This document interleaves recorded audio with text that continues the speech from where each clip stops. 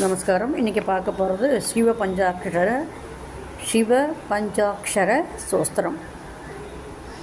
நம சிவாய நம சிவாய நம சிவாய ஓம் நம சிவாய.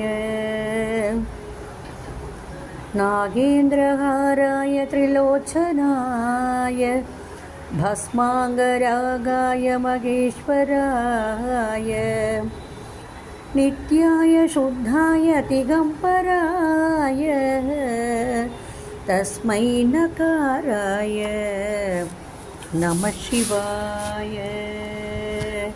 மந்தாகினி சலில சந்தன சர்ச்சிதாய நந்தீஸ்வர பிரமதநாத மகேஸ்வராய மந்தார புஷ்ப बहुपुष्प सुपूजिताय तस्मै मकाराय नमः शिवाय.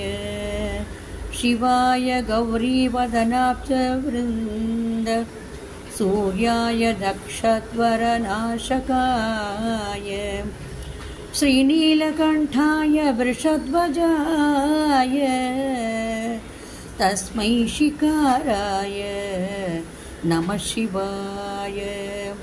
वसिष्ठकुम्भोद्भव गौतमार्य मुनीन्द्रदेवार्चितशेखराय चन्द्रार्कवैश्यवानर लोचनाय तस्मै वकाराय नमः शिवाय.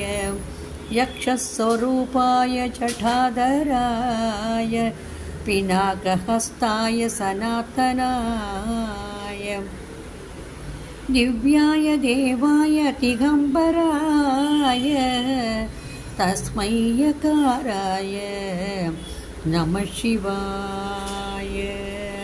पञ्चाक्षरम् इदं पुण्यम् एक पठेत् शिवसन्निधौ शिवलोकमवाप्नोति शिवेन सह मोदते.